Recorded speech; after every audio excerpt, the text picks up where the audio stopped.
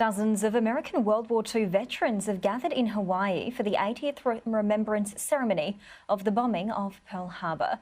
On December 7th, 1941, over 2,400 US service personnel died at the naval base. The toll of the bell reminds us of the reverence we owe. It was a heartfelt moment etched in patriotism. As this airport's baggage claim transformed into a stage of honor for 7 World War II veterans about to cross the Pacific and remember those who never made it home. It means so much, especially at the last years of my life.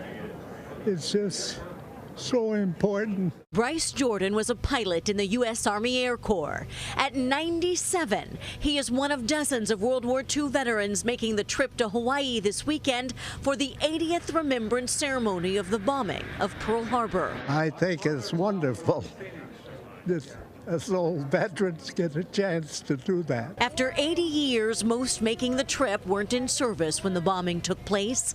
They enlisted because of it. It was shocking because we didn't even know that there was a problem with Japan at that time. As soon as the war started, people volunteered.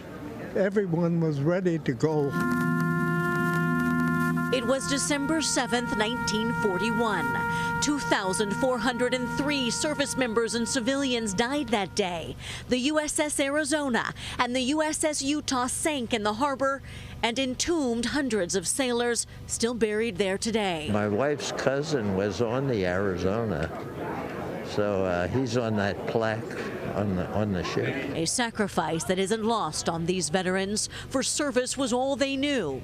And as the members of the greatest generation get smaller in number every year, these men hope their stories will be retold so that younger Americans never forget. I don't think they're educated in it, is what part of the problem is. A lot of them don't know what led up to World War II and why we were in the war. Most of them haven't had to serve anything, you know, and I always thought that was one of the best things that happened to me. These veterans will spend 4 nights and 5 days there on Oahu, not only going to that ceremony on Tuesday, but seeing the sights. They will return here to the John Wayne Airport in Orange County on Wednesday night. The 80th anniversary is amazing to me. One more memory, one more moment for a generation that won the war and changed the world, but is losing to time.